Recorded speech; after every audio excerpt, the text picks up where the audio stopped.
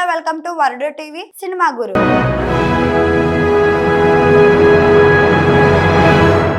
Rebel star Prabhas హీరోగా Maruti direction లో రాజా సాబ్ movie తెరకెక్కుతుంది. People media factory మూవీని ప్రొడ్యూస్ చేస్తుంది. పాన్ ఇండియా రేంజ్ లో దూసుకెళ్తున్న ప్రభాస్ మారుతితో సినిమా ఏంటి అని అందరూ షాక్ అయ్యారు. ఇక రెగ్యులర్ గా సీరియస్ కంటెంట్ తో బిజీ అయిన ప్రభాస్ ఈసారి కొత్తగా కంప్లీట్ కామెడీ క్యారెక్టర్ చేస్తున్నాడంట.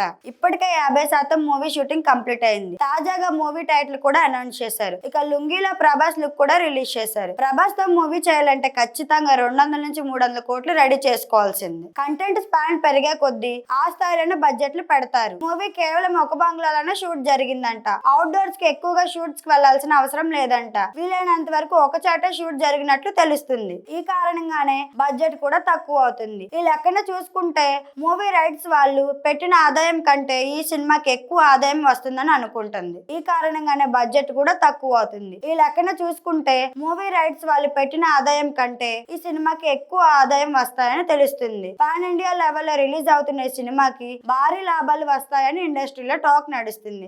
ఈ సినిమాలో ఎటువంటి రెమ్యునరేషన్ తీసుకోకుండా చేశాడని తెలుస్తుంది. Adipurush movie rights people media factory వాళ్ళు కొని తెలుగులో కూడా రిలీజ్ చేశారు. ఆ సినిమా డిజాస్టర్ కావడం వల్ల నిర్మాతకి చాలా నష్టం కూడా వచ్చింది. ఆ సినిమాకి నష్టం వచ్చింది కాబట్టి ప్రభాస్ రాజా సాబ్ మూవీతో సరి చేస్తున్నట్టు ఇండస్ట్రీలో టాక్ నడుస్తుంది. ఈ సినిమాలో మాల్విక మోహనన్, నిధి అగర్వాల్, అషికా రంగనాథ్ ఈ ముగ్గురు కలిసి హీరోయిన్ గా నటిస్తున్నారు.